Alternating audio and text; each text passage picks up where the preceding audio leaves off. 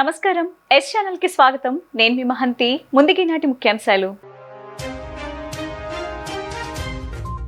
Property show ప్రారంభించిన మంత్రి నారాయణ.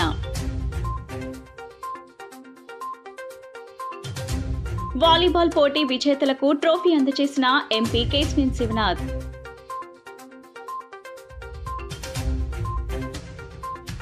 ముక్కోటి ఏకాదశి సందర్భంగా భక్తులతో కిటకిటలాడిన ఆలయాలు.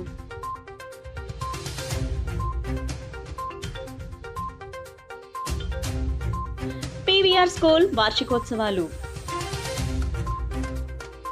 నగరంలోని ఏ కన్వెన్షన్ సెంటర్ లో 10 వక్రేడైట్ ప్రాపర్టీ షోను మంత్రి పొంగు నారాయణ ప్రారంభించారు. ఈ ప్రాపర్టీ షోలో ఎంపీ కేశినేని శివనాథ్, ఎమ్మెల్యేలు బోండా ఉమామహేశ్వరరావు, గద్దె రామ్మోహన్, బోడే ప్రసాద్లు పాల్గొన్నారు.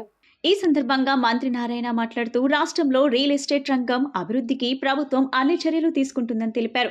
గత 5 ఏళ్లలో రాష్ట్రంలో రియల్ ఎస్టేట్ రంగం తీవ్రంగా దెబ్బతిందన్నారు. కూటమి ప్రభుత్వం భవన నిర్మాణాలు, లేఅవుట్లు, అనుమతులను సులభతరం చేస్తూ జీవోలు జారీ చేసినట్లు తెలిపారు. 10 రాష్ట్రాల్లో అధ్యయనం చేసి సరళమైన నిబంధనలు రూపొందించామని తెలిపారు. లేఅవుట్లలో రోడ్లను 12 మీటర్ల నుంచి 9 మీటర్లకు తగ్గించామన్నారు. 15 మీటర్ల లోపు భవనాలు నిర్మాణాలకు ఎలాంటి అనుమతి లేకుండా లైసెన్స్డ్ సర్వేయర్ కు బాధ్యతలు అప్పగిస్తున్నామని తెలిపారు. రియల్ ఎస్టేట్ అభివృద్ధి చెందితే రాష్ట్రం అభివృద్ధి చెందుతుందన్నారు. భవన నిర్మాణాల కోసం ఆఫీసుల చుట్టూ తిరిగే పని లేకుండా సింగిల్ విండో విధానం అమల్లోకి తెస్తున్నామన్నారు. ప్రాపర్టీ షోలో నిర్వహణ ద్వారా కొనుగోలుదారులకు అవగాహన వస్తుందని, ప్రతి ఏటా 2 సార్లు రియల్ ఎస్టేట్ అసోసియేషన్ల ప్రతినిధులతో సమావేశమవుతానని తెలిపారు. ఎవరికి ఎలాంటి సమస్యలు ఉన్నా పరిష్కరించేలా చర్యలు తీసుకుంటానని తెలిపారు. ఈరోజు విజయవాడ నగరంలో విజయవాడ క్రెడాయ్ వాళ్ళు ఈరోజు ప్రాపర్టీ షో స్టార్ట్ చేశారు. ఈ ప్రాపర్టీ షో స్టార్ట్ చేసిన వాళ్ళందరూ కూడా నేను ప్రత్యేకంగా అభినందిస్తున్నాను. ఎందుకంటే ఇటువంటి ప్రాపర్టీ షోస్ ఉండటం వల్ల ప్రజలకు ఒక అవగాహన పూర్తిగా వస్తుంది. గత 5 సంవత్సరాల్లో ఈ రాష్ట్రంలో రియల్ ఎస్టేట్ రంగం పూర్తిగా నాశనం అయిపోయింది. అటువంటిది మళ్ళా ఈ ప్రభుత్వం రాగానే ఎన్డీఏ ప్రభుత్వం, ముఖ్యమంత్రి నారా చంద్రబాబు నాయుడు గారు నాకు ఈ మున్సిపల్ శాఖ బాధ్యత ఇవ్వటం జరిగిన గత ప్రభుత్వం చేసిన తప్పులన్నింటినీ యాక్చువల్గా సరిదిద్దడానికే ఈ 6 నెలలు పట్టింది. 7 నెలలు, రేపు 12వ తేదీకి 7 నెలలు అవుతుంది. ఈ 7 నెలల్లో మా టైం అంతా గత ప్రభుత్వం చేసిన తప్పులను సరిదిద్దడానికి అనేక సార్లు యాక్చువల్గా ఈ క్రెడాయి మిగతా ఆర్గనైజేషన్ నన్ను కలవటం, వాళ్ళ సమస్యలు చెప్పటం, ఆ సమస్యలన్నింటినీ సీఎం గారి దృష్టికి 3 సార్లు రివ్యూ చేసాం. ఆ తర్వాత ఇతర రాష్ట్రాలకు పంపించి ఆ రాష్ట్రాల్లో ఉన్న బెస్ట్ ప్రాక్టీస్ అన్నింటినీ స్టడీ చేయించాం, కమిటీలు వేసాం. అంతేకాకుండా క్రెడాయ్ ఇలాంటి ఆర్గనైజేషన్ అందరూ కూడా చెప్పాం, ఇతర రాష్ట్రాల్లో ఉన్న బెస్ట్ ప్రాక్టీస్ని మీరు ఐడెంటిఫై చేసి ఇస్తారండి. వాళ్ళ జీవోలను తెప్పించాం. వాటన్నిటితో యాక్చువల్గా అనేకమైన బెస్ట్ ప్రాక్టీసెస్ని ఈ రాష్ట్రంలో ఉంచాలా, రియల్ ఎస్టేట్ రంగాన్ని ముందుకు తీసుకుపోవాలా. రియల్ ఎస్టేట్ రంగం బాగా డెవలప్ అయితేనే ఈ రాష్ట్రం యొక్క ఆర్థిక పరిస్థితి పెరుగుతుంది. ఎందుకంటే ఈరోజు రాష్ట్ర ఖజానా ఖాళీ మొత్తం. గత ప్రభుత్వానికి, వైసీపీ ప్రభుత్వంలో పరిపాలన ఎలా చేయాలో ఫైనాన్షియల్ ప్లానింగ్ ఏమీ లేదు. అసలు ఒక ప్లానింగ్ అంటూ లేదు, ఇష్టం వచ్చినట్టు చేశారు. అలాంటిది ఈ 6 నెలలలో ముఖ్యమంత్రి గారు సరిదిద్దుతూ దీన్ని ముందు తీసుకుపోతున్నారు. ఈ నేపథ్యంలో ఈరోజు మార్నింగ్ యాక్చువల్గా కొన్ని జీవోలు కూడా ఇచ్చాం. ఏదైతే ఈ క్రెడాయ్ కానీ అదర్ ఆర్గనైజేషన్స్ అందరూ మాతో డిస్కస్ చేయటం, ప్రజలకు ఎటువంటి ఇబ్బంది లేకుండా ఉండే విధంగా చేసాం. అవన్నీ కూడా యాక్చువల్గా వాళ్ళ జీవోల రూపంలో రిలీజ్ చేసాం. ఇంకా 1 or 2 రావాలి. వాటికి కూడా ఆర్డినెన్స్ కావాల్సింది ఆర్డినెన్స్ కూడా చేశారు. పైన క్యాబినెట్లో అప్రూవ్ చేశారు. ఆర్డినెన్స్ సైన్ కూడా అయిపోయింది. కేవలం ఇవాళ ఈవినింగ్ దానికి సంబంధించిన రూల్స్ కూడా రిలీజ్ చేస్తారు. ఇక్కడ ఒకటే 5 అంతస్తులు కట్టుకునే వాళ్ళందరికీ బిల్డింగ్ యాక్చువల్గా గతంలో లాగా డిపార్ట్మెంట్ చుట్టూ తిరగకుండా చాలా సులభతరం చేసాం. ఎవరైతే లైసెన్స్ సర్వేయర్స్ వాళ్ళు ఉన్నారో, ఇంజనీర్లు, వాళ్ళు ప్లాను ఆన్లైన్లో పెట్టి ప్రభుత్వానికి కట్టాల్సిన డబ్బులు కడితే ఇట్ ఈస్ డీమ్డ్. అయితే తేడా కానీ వస్తే, కన్స్ట్రక్షన్లో తేడా వస్తే ఖచ్చితంగా వాళ్ళ మీద యాక్షన్ తీసుకోవడం జరుగుతుంది. అలా సులభతరం చేసాం. అదేవిధంగా లేఅవుట్లు కూడా తీసుకుంటే ఈరోజు ఎక్కడైనా ఒక లేఅవుట్ వేసేయాలంటే 12 మీటర్లు మినిమం రోడ్డు ఉండాలి. కానీ దీని మీద కూడా అనేక రాష్ట్రాల్లో స్టడీ చేయించాం. ఎక్కువ రాష్ట్రాల్లో ఈరోజు 9 మీటర్లే ఉంది. ఎక్కువ రాష్ట్రాల్లో 9 మీటర్లే. అందువల్ల యాక్చువల్గా ఈ రాష్ట్రంలో కూడా ఎవరైనా లేఅవుట్ వేయాలంటే 9 మీటర్స్ మినిమం ఉండేట్టుగా తీసుకొచ్చాం. ఈ విధంగా అనేకమైన చేసాం. ఇంకా కూడా నేను అందరికీ చెప్తున్నాను, క్రీడా ఆర్గనైజేషన్ కావచ్చు, ఏ ఆర్గనైజేషన్ అయినా నేను ఖచ్చితంగా సంవత్సరానికి 2 సార్లు మీతో మీటింగ్ పెడతాను.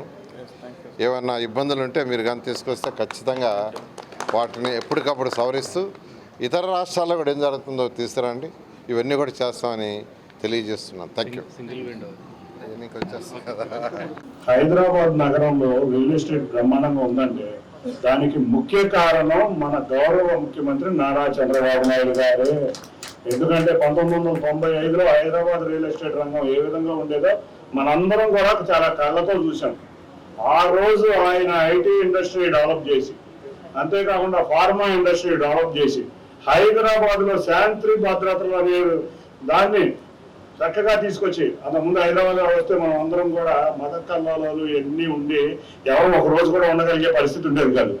అట్లా హైదరాబాద్ని ఒక పీస్ఫుల్ సిటీ లాగా చేసి ఇవాళ హైదరాబాద్కి ఒక ఇన్ఫ్రాస్ట్రక్చర్, ఒక ఫ్లైఓవర్ అనేది హైదరాబాద్లో మేము పంజాబట్కి వెళ్ళాలంటే ఆ టైంలో 5-6 సిగ్నల్ పడితే కానీ మనం వెళ్ళేవాళ్ళం కాదు. రోడ్లు వైడింగ్ చేసి ఇన్ని ఇన్ఫ్రాస్ట్రక్చర్ ఇవ్వటం వల్లే అక్కడ ఇవాళ బిల్డర్ బాగున్నాడు, వ్యాపారాలు బాగున్నాయి, అన్ని బాగుండే. ఇవాళ హైదరాబాద్ నగరానికి ముందు ఆద్యుడు నారా చంద్రబాబు నాయుడు గారే. మంత్రి నారాయణ గారి చేతుల మీదుగా కొల్లు రవీంద్ర గారు, అలాగే పార్లమెంట్ సభ్యులు కేసీఆర్ శివనాథ్ చిన్ని గారు, అలాగే తూర్పు నియోజకవర్గ శాసనసభ్యులు గద్దె రామ్మోహన్ గారు, ఇంకా క్రీడా ప్రతినిధుల ఆధ్వర్యంలో రోజు ఒక మంచి కార్యక్రమాన్ని ప్రారంభించుకోవడం సంతోషం. ఈ ఎగ్జిబిషన్ విజయవాడ నగర ప్రజలకి ప్రాపర్టీ షో చాలా ఉపయోగపడుతుంది. ఎందుకంటే ఇప్పుడే మేము లోపలికి వెళ్ళి అన్ని స్టాల్స్ ని కూడా సందర్శించడం జరిగింది. ఒక్కొక్క ప్రాపర్టీ గురించి చక్కటి బ్రోచర్స్, ఫోటోలు, అలాగే అన్ని రకాలుగా వివరించడం, దాంట్లో ఏం ఉండిపోతా ఉన్నాయి, క్రీడా అనే సంస్థ నాణ్యతకి అలాగే రూల్స్ కి మారుపేరు. ఇవాళ ఈ ప్రభుత్వం అధికారంలోకి వచ్చినాక, చంద్రబాబు నాయుడు గారు ముఖ్యమంత్రి అయినాక ఎప్పుడూ కూడా రాష్ట్రంలో నిర్మాణ రంగం పూర్వ వైభవం పుంజుకుంటాం అనేది మనం గతంలో కూడా చూసాం. వీళ్ళందరిలో కూడా ఒక ఉత్సాహం ఏర్పడుద్ది. దానివల్ల ఈ రోజున నారా చంద్రబాబు నాయుడు గారు మరి ప్రత్యేకంగా అమరావతిలో మరి గతంలో లేని విధంగా 30,000 కోట్ల రూపాయలతో జనవరి నుంచి దాన్ని పరుగులు ఎత్తిస్తానని చెబుతా ఉన్నారు. దాని టెండర్ కూడా చాలా వరకు పిలవడం కూడా జరిగింది. ఒక చోట జరుగుతూ ఉంటే దాని సర్క్యులేషన్తో అది ఈ చుట్టుపక్కల ఒక 40-50 కిలోమీటర్ రేడియస్ లో దాని ప్రభావంతో రియల్ ఎస్టేట్ కూడా పుంజుకుంటుంది. అందువలన ఈ యొక్క అవకాశాన్ని సద్వినియోగం పరుచుకుని ఎంటర్‌ప్రెన్యూర్స్ అందరూ కూడా బాగా అది ప్రజలకి ఎంటర్‌ప్రెన్యూర్స్ కూడా లాభం చేకూరాలని మనస్ఫూర్తిగా నేను కోరుకుంటూ, ఎప్పుడు కూడా మరి క్రీడా అంటే దాని దగ్గరగా చూస్తున్న వ్యక్తులను నేను కూడా ఒకరిని. వాళ్ళు చేసే కార్యక్రమాలు అనేకమైన సేవా కార్యక్రమాలు, ఎక్కడ ఏ సేవా కార్యక్రమం అవసరం ఉన్నా కూడా ముందొచ్చి దాన్ని స్పందించే సంస్థ. ఈ సంస్థకి మనస్ఫూర్తిగా నేను కృతజ్ఞత తెలియజేస్తూ, ఈ సంస్థ ఇంకా మరిన్ని సర్వీస్ యాక్టివిటీ చేసే శక్తి ఈ సంస్థకు రావాలని కోరుకుంటూ సెలవు తీసుకుంటాను. జై హింద్. 68వ స్కూల్ గేమ్స్ అండర్-19 బాలికల జాతీయ వాలీబాల్ టోర్నమెంట్ లో గెలుపొందిన తమిళనాడు జట్టును, రన్నర్ అప్ కర్ణాటక జట్టులను పార్లమెంట్ సభ్యులు కేశినేని శివనాథ్ అభినందించారు. నగరంలోని PV Siddhartha arts and science junior కాలేజ్లో 68వ స్కూల్ గేమ్స్ అండర్-19 ఇక్కడ జాతీయ వాలీబాల్ టోర్నమెంట్ పోటీలు ముగిశాయి. ఈ పోటీల్లో కర్ణాటక జట్టుపై తమిళనాడు జట్టు గెలుపొందింది. జాతీయ వాలీబాల్ టోర్నమెంట్ ట్రోఫీని ఎంపీ కేశినేని శివనాథ్ విజేతలకు అందజేశారు. ఈ సందర్భంగా కేశినేని శివనాథ్ మాట్లాడుతూ, అమరావతి రాజధాని ప్రాంతంలో అంతర్జాతీయ క్రీడా మౌలిక సదుపాయాలు రానున్నాయని తెలిపారు. ఇందిరాగాంధీ మున్సిపల్ స్టేడియం ఈ నెల 26వ తేదీ తర్వాత పూర్తి స్థాయిలో క్రీడాకారులకు అందుబాటులో ఉంటుందని తెలిపారు. ఈ విషయమై ముఖ్యమంత్రి చంద్రబాబు నాయుడు స్పష్టమైన ఆదేశాలు జారీ చేశారని తెలిపారు. రాష్ట్రాన్ని క్రీడాంధ్రప్రదేశ్గా దిద్దడమే కాకుండా ముఖ్యమంత్రి చంద్రబాబు నాయుడు లక్ష్యమని అన్నారు. ఎన్టీఆర్ జిల్లాలోని 147 ప్రభుత్వ స్కూల్ గ్రౌండ్స్ ను తన సొంత నిధులతో ఆధునీకరించినట్లు తెలిపారు. ఈ నెల 23న మంత్రి నారా లోకేష్ జన్మదినం సందర్భంగా జిల్లాలోని 147 ప్రభుత్వ పాఠశాలలకు 8 రకాల క్రీడా వస్తువులు పంపిణీ చేయబోతున్నట్లు ఆయన తెలిపారు.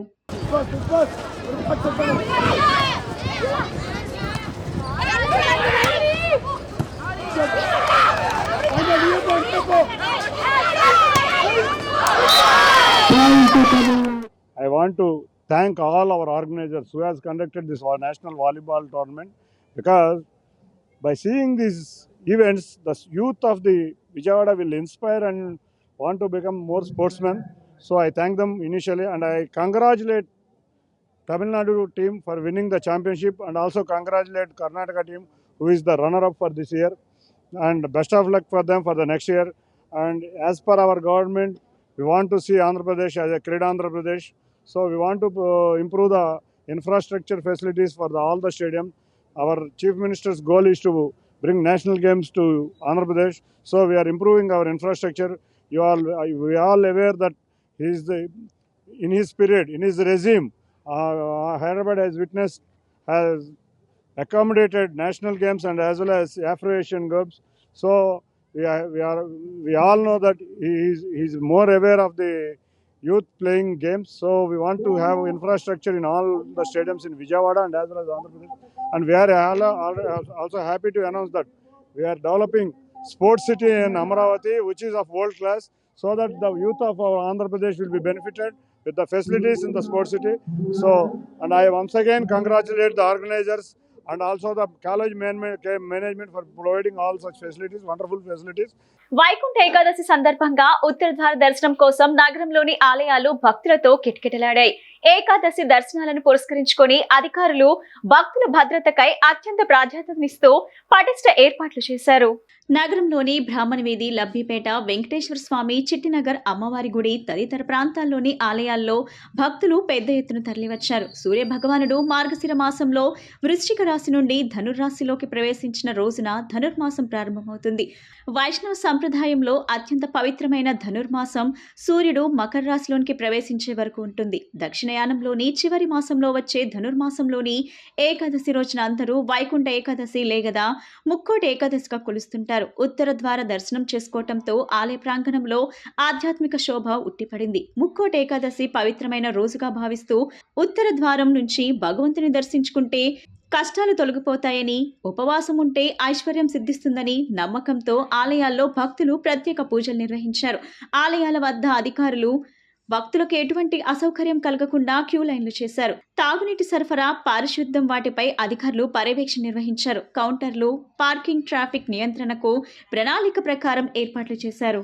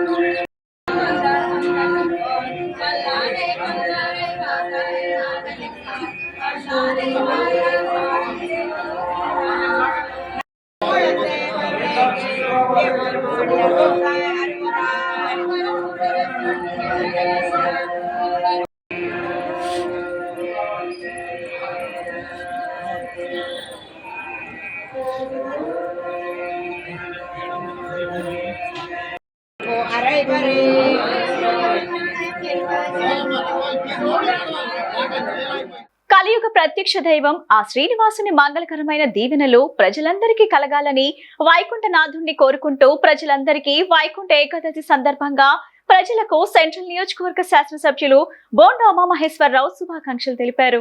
సెంట్రల్ నియోజకవర్గంలోని సింగ్ నగర్ మరియు బాంబే కాలనీలో వైకుంఠ ఏకాదశి పర్వదినాన్ని పురస్కరించుకొని పలు దేవాలయాల్లో నిర్వహించిన ప్రత్యేక పూజా కార్యక్రమాల్లో ప్రభుత్వ విప్ సెంట్రల్ నియోజకవర్గం శాసనసభ్యులు బోండా ఉమామహేశ్వరరావు పాల్గొన్నారు. ఈ సందర్భంగా బోండా ఉమా మాట్లాడుతూ సూర్యుడు ఉత్తరాయణానికి మారే ముందు వచ్చే ధనుర్మాస శుద్ధ ఏకాదశినే వైకుంఠ ఏకాదశి అని 3 కోట్ల ఏకాదశులతో సమమైన పవిత్రతను సంతరించుకున్న ఈ శుభదినాన ఆ మహాశ్రీ విష్ణువు కలియుగ దైవం శ్రీ వెంకటేశ్వర స్వామి కృపా కటాక్షాలు చల్లని ఆశీస్సులు ప్రజలందరిపై మరియు సెంట్రల్ నియోజకవర్గంపై లభించాలని కోరారు. వైకుంఠ ఏకాదశి సందర్భంగా నియోజకవర్గంలోని పలు దేవాలయాల్లో ఏర్పాటు చేసిన తీర్థ ప్రసాదాలు ప్రతి ఒక్కరూ స్వీకరించి ఆ వెంకటేశ్వర స్వామి కృపకు పాత్రులు కావాలని, ప్రజలందరికీ ఆరోగ్య అష్టైశ్వర్యాలను చేకూర్చాలని కోరుకుంటూ ప్రజలందరికీ వైకుంఠ ఏకాదశి శుభాకాంక్షలు తెలిపారు. ఈ కార్యక్రమాల్లో టీడీపీ రాష్ట్ర కార్యదర్శి నవనీతం సాంబశివరావు, బంగారు నాయుడు, కంచి ధనశేఖర్, ఎస్కే జాన్వలి, కాళికా ప్రసాద్, పున్నారావు, దేవల్ల శ్రీను, ఎస్కే ఫర్వీన్, మహేష్, మల్లేశ్వరరావు, భుగత శ్రీరాములు, బేవర సూర్య, బేవర ఆనంద్, కంచెటి నాగరాజు తదితరులు పాల్గొన్నారు. దేశం మొత్తం వైకుంఠ ఏకాదశి సందర్భంగా మరి ఆ స్వామివారి దర్శనం కోసం అందరూ కూడా భక్తులు రావడం జరిగింది. ఈరోజు 59వ డివిజన్లో ఇక్కడ ఉన్నటువంటి వడ్డరి కాలనీలో వెంకటేశ్వర స్వామివారి దర్శనం కోసం ఈ ప్రాంత ప్రజలందరూ కూడా మరి స్వామివారి దర్శనం వైకుంఠ ద్వారం ఏర్పాటు చేసిన ఆలయ కమిటీ మంచి సదుపాయాలు ఏర్పాటు చేశారు. అందరూ కూడా కమిటీ ఆధ్వర్యంలో ఇక్కడ ఉన్నటువంటి వెంకటేశ్వర స్వామి గారిని స్వామివారిని దర్శనం చేసుకొని ఆయనకి పూజలు చేయడం జరిగింది. ఏది ఏమైనా అందరూ ఆ భగవంతుని ఆశీస్సులతో ఈ నూతన సంవత్సరంలో వచ్చినటువంటి అతిపెద్ద పండుగ అయినటువంటి వైకుంఠ ఏకాదశి కానీ సంక్రాంతి కానీ అన్ని రకాలుగా అందరికీ బాగుండాలని, అందరూ కూడా దేవుని ఆశీస్సులతో మరి కొత్త వెలుగులు వాళ్ళ జీవితాల్లో రావాలని కోరుకుంటూ ప్రజలందరూ కూడా ఏకాదశి శుభాకాంక్షలు. సెంట్రల్ నియోజకవర్గం గవర్నర్పేట సివిఆర్ పాఠశాల వార్షికోత్సవ వేడుకలు ఘనంగా జరిగాయి. ఈ సందర్భంగా బోండా ఉమా మాట్లాడుతూ విద్యార్థుల సాంస్కృతిక కార్యక్రమాలు అలరించాయని, ఈ వేడుకలు నా చిన్నప్పటి పాఠశాల రోజులను గుర్తు చేశాయని, ప్రత్యేకంగా నో డ్రగ్స్ బ్రో అంటూ విద్యార్థులు ప్రదర్శించిన వినూత్న కనువిప్పు కార్యక్రమం విద్యార్థులకు, తల్లిదండ్రులకు ఒక అవగాహన కల్పించిందన్నారు. చిన్న వయసులోనే పిల్లలు డ్రగ్స్కు అడిక్ట్ అయితే ఏ రకంగా ఇబ్బందులు ఎదుర్కొని జీవితాన్ని చిన్నాభిన్నం చేస్తాయని కళ్లకు కట్టినట్టు చూపించినటువంటి ప్రదర్శన ఎంతగానో మార్పు తీసుకొని వస్తుందని ఈ సందర్భంగా విద్యార్థులను అభినందించారు. రాష్ట్ర మంత్రి నారా లోకేష్ పిలుపునివ్వటం జరిగిందని, ప్రతి ఒక్క స్కూల్స్, కళాశాలలో తప్పకుండా డ్రగ్స్ గురించి పిల్లలకు తెలియజేయాలని పిలుపునిచ్చిన సందర్భాన్ని ఈ సందర్భంగా గుర్తు చేశారు. విద్యార్థులు ఎటువంటి దురలవాట్లకు గురవకుండా చదువుకొని రాష్ట్రానికి, దేశానికి, తల్లిదండ్రులకు, ఉపాధ్యాయులకు మంచి పేరును తీసుకురావాలని, విద్యార్థులు చదువుతో పాటు క్రీడల్లో కూడా వారి నైపుణ్యాన్ని మెరుగుపరుచుకోవాలని, విద్యార్థులకు కావాల్సినటువంటి అన్ని వసతులను రాష్ట్ర ప్రభుత్వం అందిస్తుందని, నియోజకవర్గ శాసనసభ్యులుగా విద్యార్థుల చదువుకు కావాల్సినటువంటి అన్ని వసతులను తాను ఏర్పాటు చేస్తానని ఈ సందర్భంగా బోండా ఉమా తెలిపారు. ఈ కార్యక్రమంలో కార్పొరేటర్ నెలిబండ్ల బాలస్వామి, సుబ్రహ్మణ్యం, ఇంతిరాజ్, చింత దుర్గారావు, కోటి తదితరులు పాల్గొన్నారు.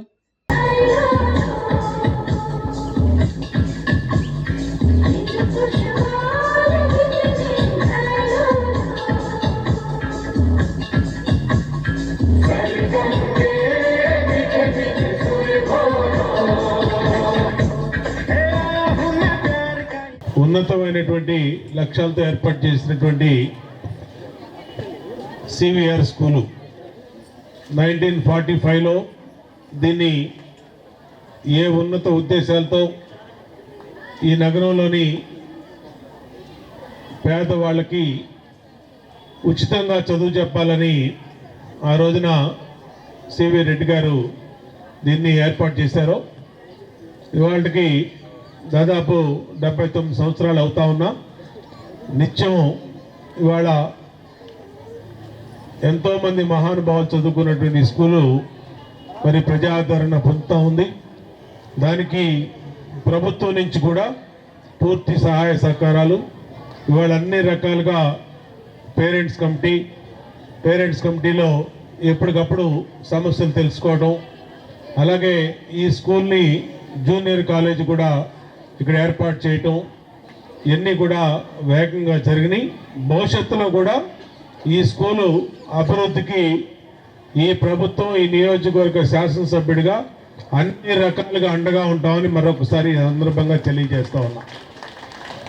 ఇప్పుడే మన స్కూల్ పిల్లలు డ్రగ్స్ వల్ల ఏ విధంగా ఈ వయసులో పిల్లలు ఇన్ఫ్లుయెన్స్ అవుతారో, ఏ విధంగా దాని పర్యవసనాలు ఉంటాయో ఒక నాటక రూపంలో చూపించారు. అది 100% కరెక్ట్. అది ఎందుకంటే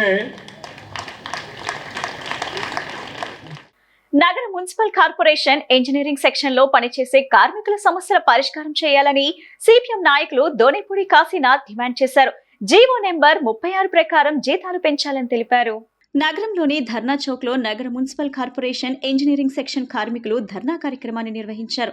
ఈ ధర్నాని ఉద్దేశించి సిపిఎం నాయకులు దోనేపూడి కాశీనాథ్ మాట్లాడుతూ ఇంజనీరింగ్ సెక్షన్ లో water park, vehicle depot, street light, town planning తదితర విభాగాల్లో ఉద్యోగులు పనిచేస్తున్నారని, వారిపై పనిభారం అధికమై కార్మికులు అనారోగ్యంతో మరణిస్తున్నారని, దీన్ని నివారించాలని ఆయా విభాగాల్లో కార్మికుల సంఖ్యను పెంచాలని డిమాండ్ చేశారు. కార్మికుల సమస్యలపై ముఖ్యమంత్రి దృష్టికి, అధికారుల దృష్టికి తీసుకొచ్చినప్పటికీ ఎవరూ స్పందించడం లేదని ఆయన ఆవేదన వ్యక్తం చేశారు. కార్మికుల సమస్యలను పరిష్కరించిన పక్షంలో ఉద్యమాన్ని తీవ్రతరం చేస్తామని ఈ సందర్భంగా రాష్ట్ర ప్రభుత్వాన్ని ఆయన హెచ్చరించారు. ఇంజనీరింగ్ విభాగాలకు సంబంధించి గత ప్రభుత్వంలో చేసుకున్నటువంటి ఒప్పందాలు ఏవైతే ఉన్నాయో ఆ జీవోలు ఇవ్వలేదు. ఇంజనీరింగ్ విభాగాలకు సంబంధించినటువంటి జీతాల పెంపుదలకు సంబంధించినటువంటి సమస్య సానుకూలంగా పరిష్కారం చేస్తానని చెప్పినటువంటి మాటలు నీటి మోట్లయినాయి. వాటర్ సప్లై కానీ, పార్క్ సెక్షన్ కానీ, వెహికల్ డిపోలో ఉన్నటువంటి మెకానికల్ కానీ వీళ్ళ సమస్యలు ఏవి కూడా పరిష్కారం కాకుండా నిలబెట్టేటువంటి దానికి ప్రయత్నం చేస్తూ ఉన్నటువంటి పరిస్థితి కనపడతా ఉంది. తాత్సారం చేస్తూ ఉంది డిఎంఏ కానీ, ప్రిన్సిపల్ సెక్రటరీ కానీ, మంత్రి నారాయణ గారు కానీ వీళ్ళ సమస్యల మీద దృష్టి సారించేటువంటి పరిస్థితుల్లో లేడు. ఫెడరేషన్ ఏదైతే ఉందో వర్కర్స్ ఎంప్లాయీస్ ఫెడరేషన్ అనేక సార్లు దఫాలుగా మెమోరాండాలు ఇచ్చినా పట్టించుకునేటువంటి పరిస్థితి కనపట్ల. ఇక వేరే గత్యంతరం లేక దశల వారీ ఆందోళన కార్యక్రమాలకు పూనుకోవటం అని చెప్పనేటువంటిది జరిగింది. ఈ దశల వారీ ఆందోళన కార్యక్రమం ఈరోజు 10వ తారీఖు నిరసన దీక్షలతో జరుగుతూ ఉన్నాయి. భవిష్యత్ కార్యాచరణ కూడా రాష్ట్రానికి సంబంధించినటువంటి కమిటీ ఏదైతే నిర్ణయిస్తుందో ఆ నిర్ణయాల్ని అమలు జరిపేటువంటి దానికి ఇక్కడ ఉన్నటువంటి కార్మికులందరూ కూడా ప్రయత్నం చేస్తూ ఉన్నారు. విజయవాడ నగరపాలక సంస్థలో పని భారం అధికమైంది. వాటర్ సప్లైకి సంబంధించి కనీసం ఒక్క సెక్షన్కి 1 టౌన్కి సంబంధించినటువంటి కానీ, గాంధీనగర్ కానీ ముందస్తు సంక్రాంతి వేడుకల్లో భాగంగా చిన్నారులు సందడి చేశారు. విజయవాడ మారుతినగర్ లోని యూరో కిడ్స్ ప్రైమరీ ప్లే పాఠశాలలో సంక్రాంతి సంబరాలు ఘనంగా నిర్వహించారు. ఈ సందర్భంగా చిన్నారులు సాంప్రదాయ వస్త్ర వేషధారణలో ఆకట్టుకున్నారు. పల్లెటూరి వాతావరణం ఉట్టిపడేలా పాఠశాల ప్రాంగణాన్ని సంక్రాంతి ముగ్గులు వేసి పూలతో అందంగా అలంకరించారు. సంక్రాంతి అంటేనే ముగ్గుల పండుగ కావటంతో ముగ్గులు వేసి గొప్పెమ్మలు ఉంచారు. గాలిపటాలు, చెరుకు గళ్లతో పాఠశాల మొత్తం పండుగ వాతావరణం ఉట్టిపడేలా తీర్చిదిద్దారు. హరిదాసు వేషధారణతో పాటు పంచికట్టుతో చిన్నారులు ఒకరికొకరు పోటీ పడ్డారు. ఆటపాటలతో చిన్నారులు నృత్యాలు చేశారు. అనంతరం ఉపాధ్యాయులు చిన్నారులకు భోగి పళ్లను పోశారు. ఈ సందర్భంగా పాఠశాల ప్రధాన ఉపాధ్యాయులు ప్రసన్న మాట్లాడుతూ చిన్నతనం నుండే మన పండుగలను తెలిసేలా వివరించడంతో వారికి మన సాంప్రదాయాలు, కట్టుబాట్లు తెలుస్తాయని వివరించారు. ముందస్తుగా పండుగ వాతావరణం ఏర్పాటు చేయడంతో చిన్నారులు సంతోషం వ్యక్తం చేశారని చెప్పారు. ప్రతి సంవత్సరంలాగే ఈ సంవత్సరం కూడా భోగి, సంక్రాంతి, కనుమ పండుగని ముందుగానే సెలబ్రేట్ చేసి పిల్లలందరికీ ఈ సంక్రాంతి వైభవం గురించి చూపిస్తున్నాము. ఈ రకంగానే మేము భోగి మంటలు, భోగి పళ్ళు, బొమ్మల కొలువులు, పిల్లల ఆటలు ఇవన్నీ కూడా ఇక్కడ ఆర్గనైజ్ చేసి పిల్లలందరినీ ట్రెడిషనల్ డ్రెస్సెస్లో రమ్మని ఇక్కడ ఫెస్టివల్ని ఎలా సెలబ్రేట్ చేసుకోవాలి, పిండి వంటలు ఇలా ఈ ఫెస్టివల్కి ఎలా అందరూ గ్యాదర్ అయ్యి ఎలా సెలబ్రేట్ చేసుకుంటారో పిల్లలకి ఇది ముందుగానే మేము చూపించి వాళ్ళకి హాలిడేస్ ఇవ్వడం జరుగుతుంది. నా తరపు నుంచి మా euro kids pre school Maruthi Nagar Suryaraopeta branches తరపు నుంచి అందరికీ భోగి, సంక్రాంతి, కనుమ శుభాకాంక్షలు.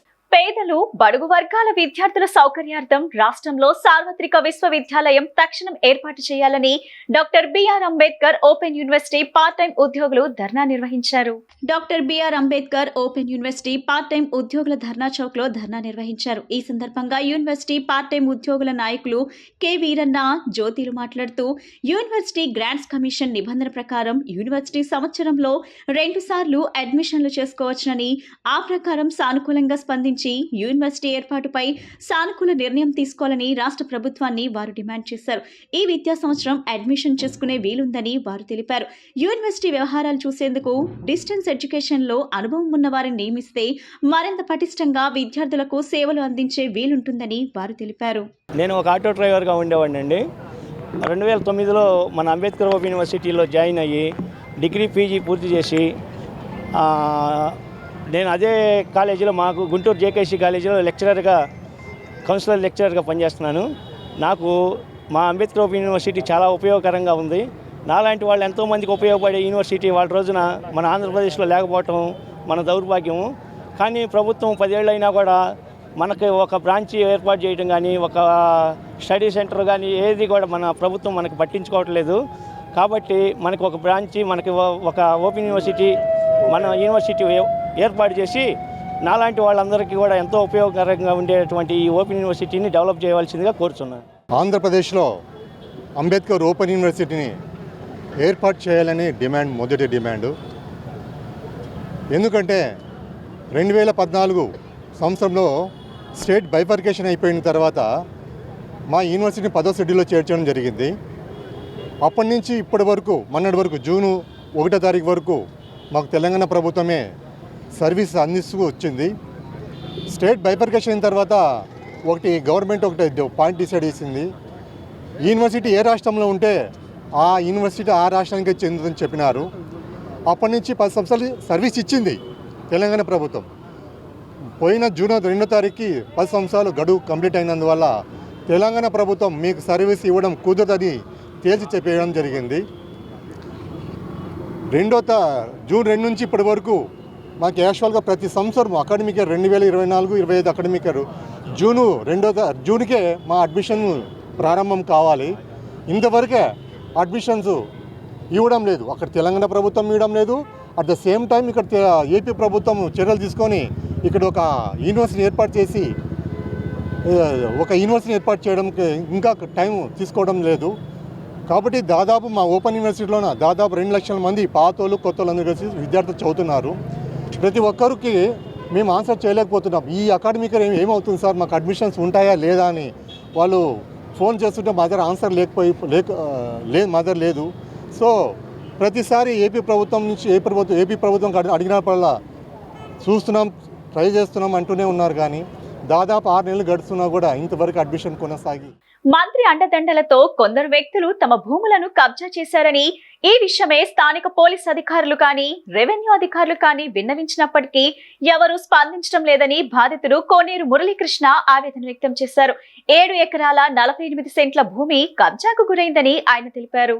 చాట్రాయి మండలం సోమవారం గ్రామానికి చెందిన కోనేరు మురళీకృష్ణ స్థానిక ప్రెస్ క్లబ్లో సమావేశం ఏర్పాటు చేశారు. ఈ సమావేశంలో ఆయన మాట్లాడుతూ చాట్రాయి మండలం సోమవారం గ్రామంలో తనకు 38 ఎకరాల వ్యవసాయ భూమి ఉందని, దానిలో 7 ఎకరాల 48 సెంట్ల భూమిని కొందరు వ్యక్తులు కబ్జా చేశారని, సంబంధిత రెవెన్యూ అధికారులకు కబ్జాకు గురైన భూమిని అప్పగించాలని పలుమార్లు విజ్ఞప్తి చేసినప్పటికీ అధికారులెవరూ స్పందించడం లేదని కోరారు.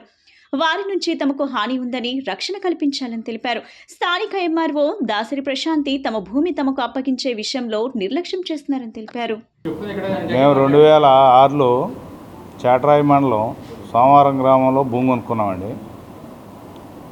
మా అత్తగారు పేరున ఒక 20 ఎకరాల 6 సెంట్లు, మా ఆవిడ పేర 18 ఎకరాల భూమి 2006లో కొనుక్కుని వాటికి గవర్నమెంట్ లెక్కల ప్రకారంగా ఆన్లైను, పాస్బుక్, ఖాతా నెంబర్లు మ్యూటేషన్ అయ్యి ఉందండి.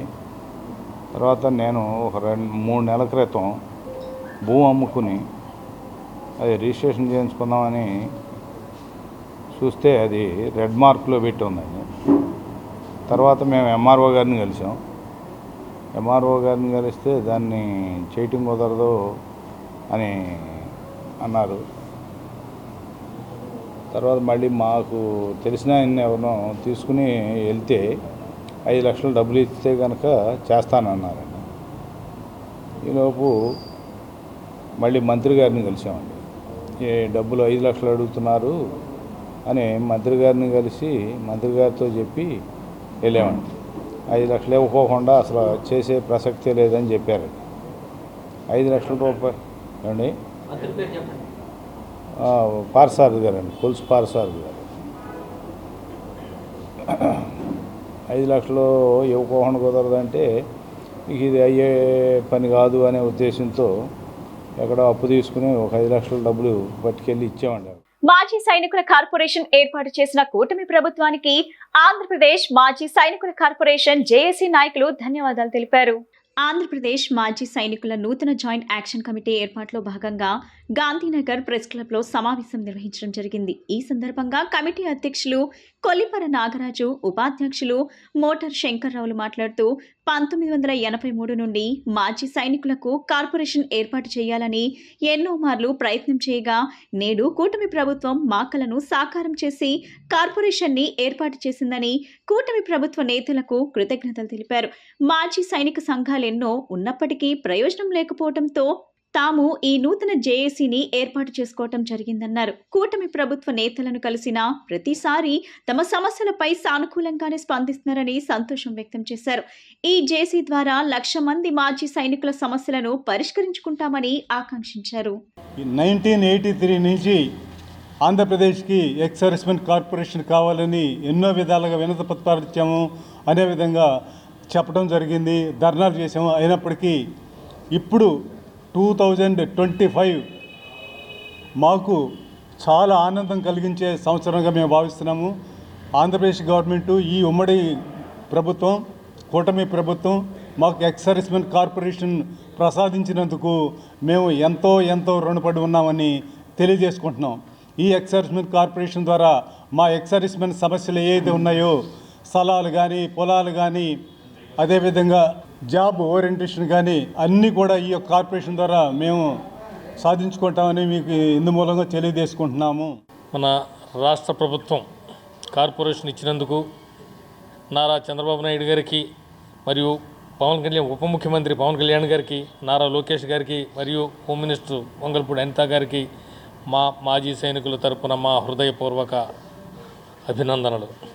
రెండోది ఏంటంటే, మాకున్నటువంటి ఎంతో కాలం నుంచి మిగిలి ఉన్నటువంటి సమస్యలు, తీరని సమస్యలన్నీ కూడా ఈ కూటమి ప్రభుత్వం ద్వారా మాకు తీర్చుకోవచ్చు అనేది ఆశతో ఉన్నాము.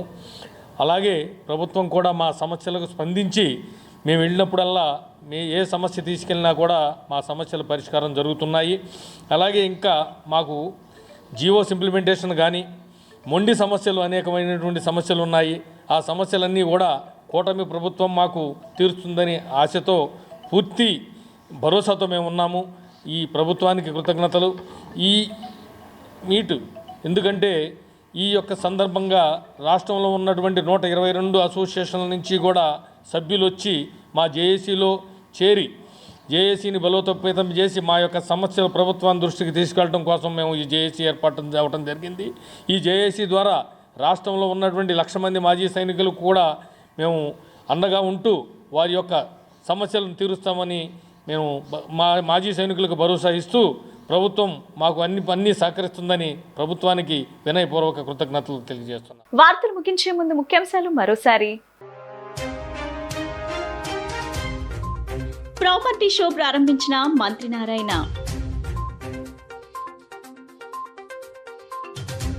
వాలీబాల్ పోటీ విజేతలకు ట్రోఫీ అందజేసిన MP Kesineni Sivanath.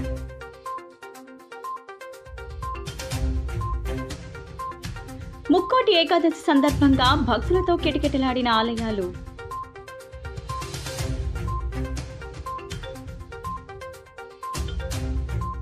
PVR school వార్షికోత్సవాలు. ఈ బులెటిన్ ఇంతటితో సమాప్తం. తిరిగి మరో బులెటిన్ కలుద్దాం. నమస్కారం.